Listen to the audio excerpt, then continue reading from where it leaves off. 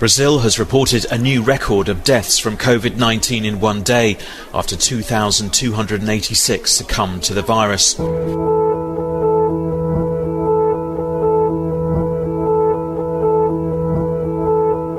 Os olhos do mundo estão voltados para o Brasil e, infelizmente, o motivo não poderia ser mais trágico. Desde que passou a liderar o número de óbitos diários pela Covid-19, com mais de 2.000 a cada 24 horas, outras nações, em especial os nossos vizinhos, têm olhado para o país com preocupação. Além da gestão ineficaz no combate à pandemia, a disseminação da variante P1, identificada pela primeira vez em Manaus, também é um motivo de apreensão por parte de outros líderes mundiais. Otros 2 contagios se reportaron en el vecino estado Miranda y 6 más en el de Bolívar, fronterizo con Brasil. O Peru suspendeu voos de ida e volta ao país. O Uruguai está enviando doses extras da vacina para cidades fronteiriças. E o Chile, agora, coloca quem chega do Brasil em hotéis especiais de quarentena. A Colômbia não apenas proibiu voos de ida e volta para o Brasil, mas também impediu o trânsito na cidade fronteiriça de Letícia, o que impede a saída de centenas de turistas desde o fim de janeiro. A cidade vive do turismo e a maior parte dos alimentos e suprimentos é fornecida pelo Brasil e pelo Peru. Realmente era inevitável a presença da nova variação do coronavírus na cidade de Letícia, Amazonas. Recuerden que contínuo está el municipio de Tabatinga, Brasil, y ellos nunca suspendieron su conexión vía aérea y fluvial.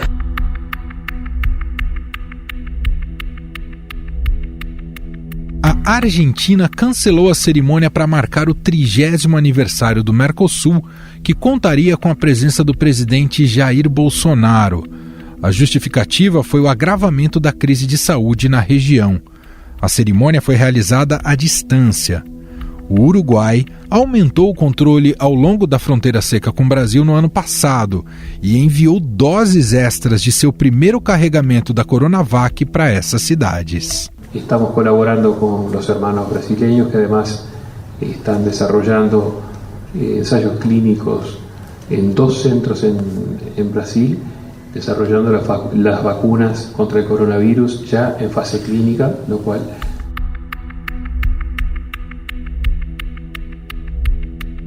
O presidente da Venezuela, Nicolás Maduro, disse este mês que foram detectados 10 casos da cepa brasileira no país e que terá que cortar os canais de transmissão da Covid. Ha llegado esta variante y tenemos que cortar las cadenas de transmisión de esta variante.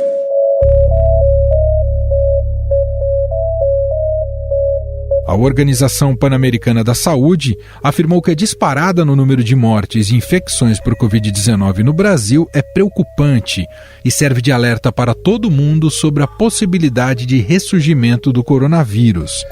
Também já teve puxão de orelha da OMS.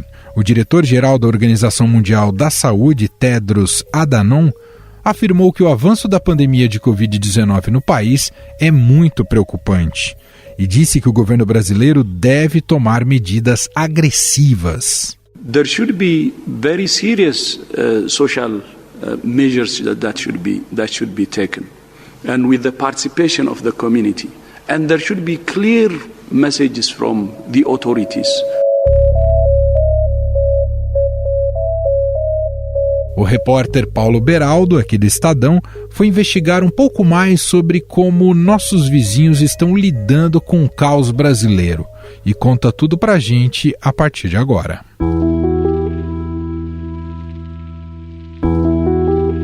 Olá, Paulo, tudo bem? Oi, Emanuel, tudo bem? Oi para todo mundo que está nos ouvindo também. Paulo, está mais do que claro que o Brasil desperta uma apreensão, uma tensão internacional. O Brasil é visto como um pária perante ao mundo diante da gravidade da pandemia por aqui. A gente podia começar a nossa conversa, aliás, sobre essa situação, né? O diagnóstico do abismo brasileiro. O que você captou em relação a isso, Beraldo? Olha, Emanuel, todos os dias os números, os dados, as informações que vêm do setor de saúde do Brasil é assustador, né? a média semanal de vítimas batendo recorde pelo 20º dia consecutivo, as mortes agora acima dos 2.000. É um país em que a pandemia realmente está descontrolada, os sistemas de saúde estão colapsando em diferentes regiões, e a gente não vê um esforço coordenado a nível nacional, como se defende, para tentar reduzir essa situação, né? E isso, Emanuel, que é interessante da pauta que a gente produziu no final de semana especial, tem causado muita apreensão na nossa vizinhança. Você sabe, Emanuel, que o Brasil é o 3º país que mais tem vizinhos no mundo, só perde para a China e para a Rússia.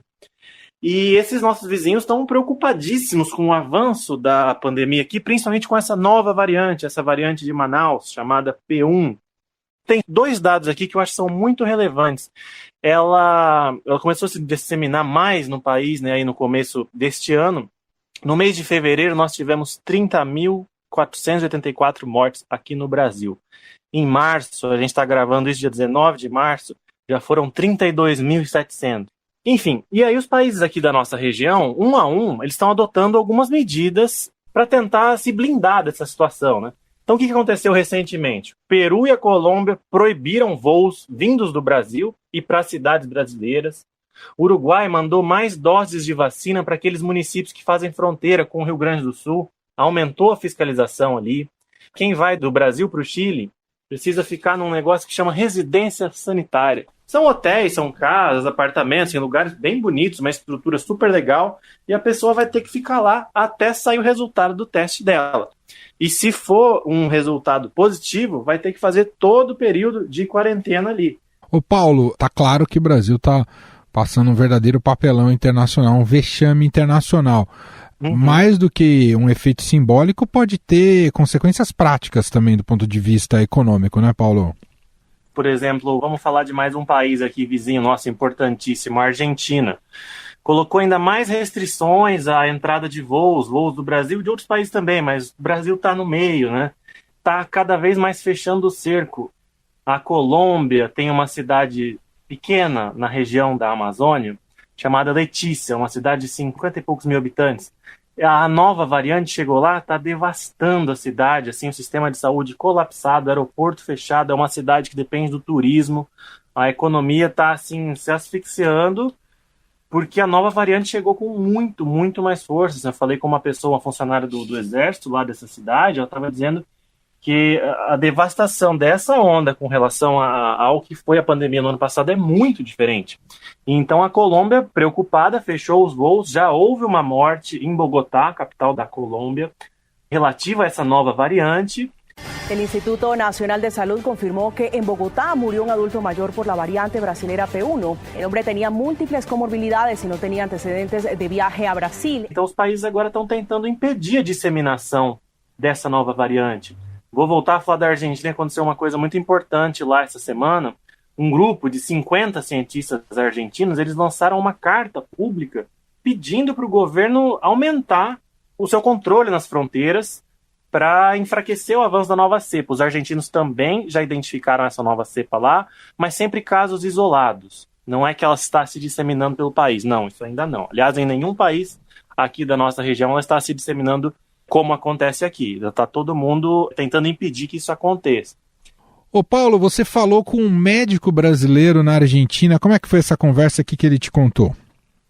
Falei, ele trabalha lá na região da Patagônia. O Dr. Clóvis disse que o país realmente está preocupado, que tem medo de que essa nova cepa chegue na Argentina, que está com uma economia já fragilizada há anos e que essa crise elevou em muito os níveis de pobreza, enfim, dificultou muito a vida de uma parcela muito importante da sociedade argentina. Então, não tem como eles terem uma nova pandemia, imagina, com uma cepa mais forte, enfim, eles estão com muito medo de que isso aconteça. Desde a Argentina, o povo vê um Brasil sem controle.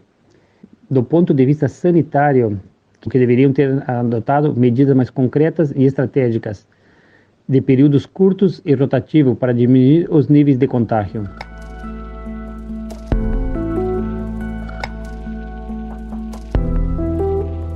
Ô Paulo, a gente tem acompanhado aqui, existe algo similar ocorrendo em algum país na América do Sul? Alguém que tem lidado com a pandemia como o governo brasileiro tem lidado até agora?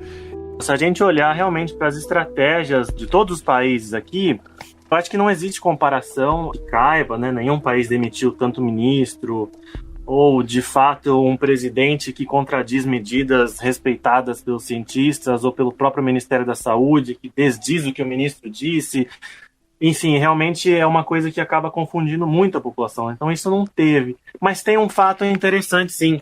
Esta semana, o presidente do Paraguai foi alvo de um processo de impeachment pela forma como estava tratando a pandemia no seu país. Houve alguns escândalos, dificuldades de acesso a medicamentos, uma vacinação que não agrada a maior parte da população pela sua lentidão. O processo acabou sendo rejeitado na Câmara, mas o país ficou em uma crise política e continua ainda, né? Porque foi essa semana.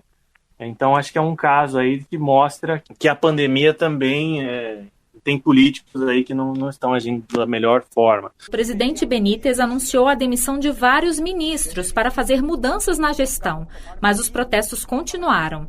Ontem, centenas de pessoas se reuniram em frente à casa do ex-presidente Horácio Cartes para pedir a saída de Mário Abdo Benítez. Já outro caso que é interessante é o do presidente do Chile. O Chile é o 5º país com a vacinação mais rápida do mundo. Já vacinou mais de 20% de sua população. Está distribuindo vacinas para países vizinhos, mandou lotes para o Equador, enfim.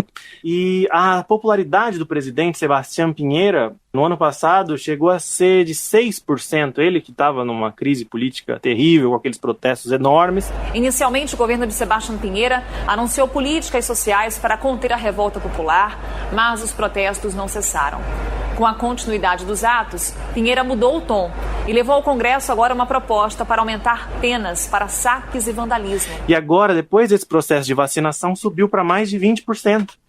Que as pessoas estão valorizando o trabalho, a seriedade com que ele tem gerido essa crise sanitária, essa seriedade nas fronteiras, de fechar o país, o aeroporto, essa coisa das residências sanitárias, enfim. O Chile realmente é um país que se protege demais, né? Se você pensar, tem aquela fronteira enorme com a Argentina ali, que é a cordilheira, do outro lado é o oceano, em cima é o Atacama, e embaixo é a neve, né? Então eles estão protegidos de todas as formas naturais e agora tentando também esses controles mais rígidos aí no aeroporto e em outras entradas. Interessante você citar o caso paraguaio, que também está vivendo um momento dramático em relação à pandemia, mas essa reação, não só da classe política, e aí não cabe aqui talvez entrar na questão da estabilidade democrática do Paraguai, que pode ser um pouco diferente da brasileira, mas independentemente disso, houve uma reação da sociedade civil que ficou muito enfurecida com a maneira como o governo reagiu à pandemia. Algo que muita gente se questiona aqui no Brasil, né? Porque estamos tão letárgicos, talvez até pela própria gravidade ou tamanho do país, enfim, há, acho que hipóteses em relação a isso. Mas no Paraguai chama a atenção que houve uma reação muito forte, não é, Paulo? Emanuel, sem dúvida, isso que você está falando faz todo sentido. Durante a semana, essa e na outra, a gente estava ouvindo parlamentares paraguaios, analistas do Paraguai, e eles falavam assim, aqui esse impeachment está acontecendo por pressão popular, porque os políticos estão se sentindo pressionados, estão sentindo que precisam fazer alguma coisa. Mas aqui, de fato, esse é um movimento que não se vê nas ruas, né? Ô Paulo, antes da gente fechar aqui, queria que você contasse também daquilo que você captou de exemplos no Uruguai e também na Venezuela. Conta pra gente. No Uruguai, o processo de vacinação foi o último a começar aqui na América do Sul, mais lento do que tem ocorrido em outros países. Só que o que eles fizeram? Eles aumentaram a quantidade de doses nas principais cidades que fazem fronteira com o Brasil, porque algumas dessas cidades registram os piores níveis de contágio do interior, porque está ali na fronteira com o Rio Grande do Sul, onde essa nova cepa já está presente, onde o sistema de saúde colapsou há alguns dias atrás. Então eles estão querendo selar, blindar essa fronteira. E o próprio ministro da Saúde disse que a principal preocupação que eles tinham, de fato, era que a nova cepa passasse do Rio Grande do Sul para o Uruguai. A outra curiosidade é a Venezuela. A gente fala muitas vezes, né, da imigração de venezuelanos para cá.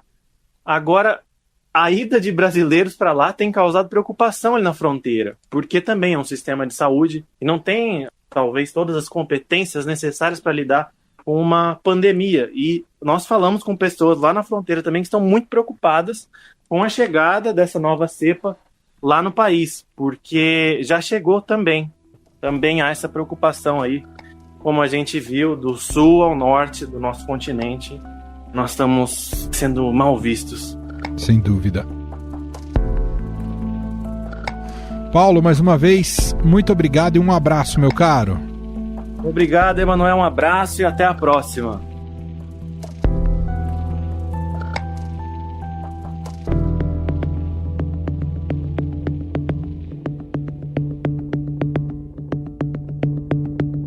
Em janeiro, um levantamento feito pelo Lowy Institute da Austrália colocou o Brasil como o pior país a gerenciar o combate à pandemia entre 100 nações analisadas. Nesta semana, o Palácio do Planalto divulgou uma carta enviada pelo presidente norte-americano Joe Biden, em que defendeu que Estados Unidos e Brasil unam esforços tanto em nível bilateral quanto em fóruns multilaterais no enfrentamento aos desafios da pandemia. Biden sinaliza aí possibilidades de acordos e de trabalho em cooperação entre o Brasil e os Estados Unidos, tanto a nível bilateral quanto também em organizações multilaterais, para combater a pandemia e também para enfrentar as mudanças climáticas. E sobre a posição dos Estados Unidos em relação ao Brasil no combate ao novo coronavírus, a gente vai agora a Washington e ouvir a correspondente do Estadão, Beatriz Bula.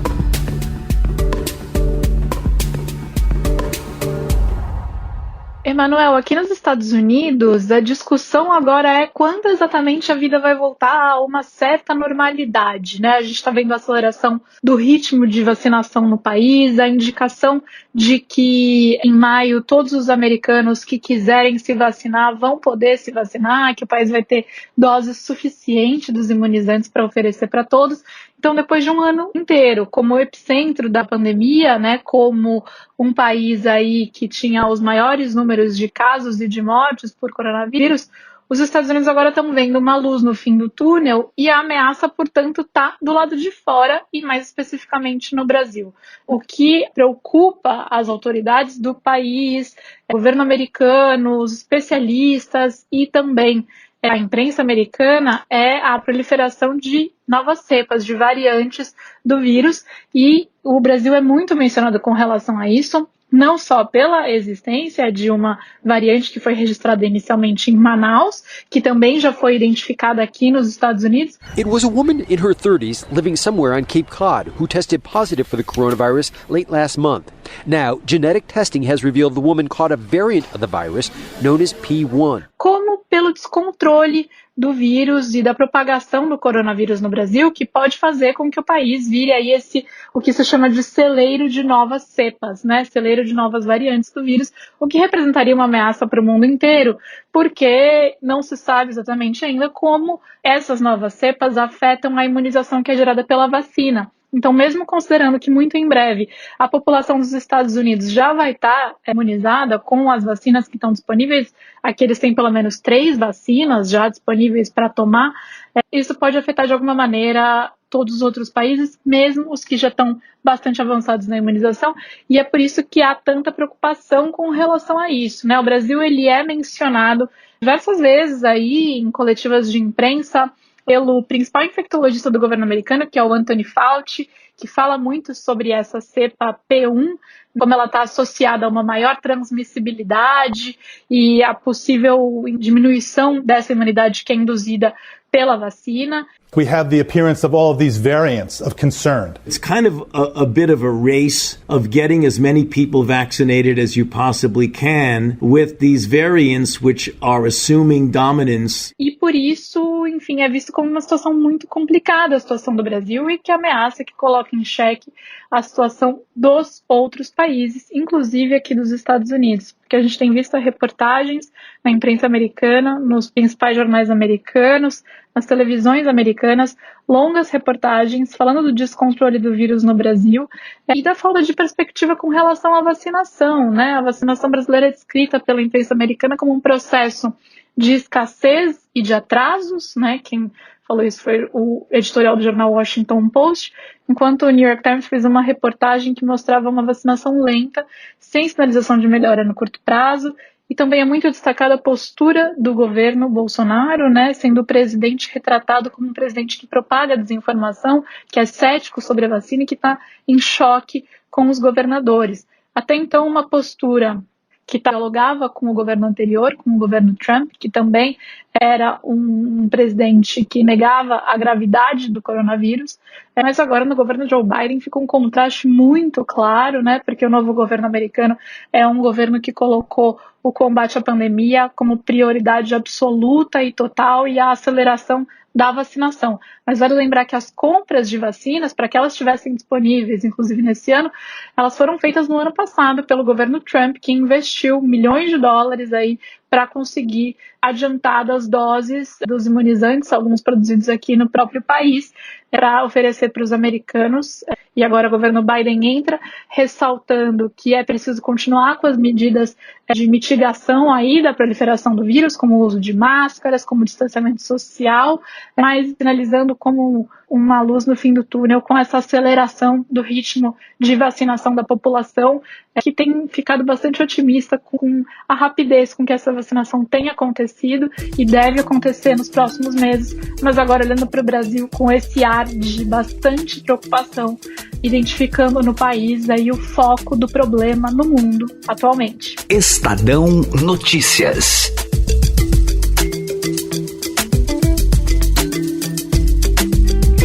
E este foi o Estadão Notícias de hoje, segunda-feira, 22 de março de 2021. A apresentação foi minha, Emanuel Bonfim, na produção e edição Bárbara Rubira e Gustavo Lopes. A montagem de Moacir Biasi e o diretor de jornalismo do Grupo Estado, João Fábio Caminoto. O nosso e-mail, podcast@estadão.com. Um abraço para você, uma excelente semana e até mais.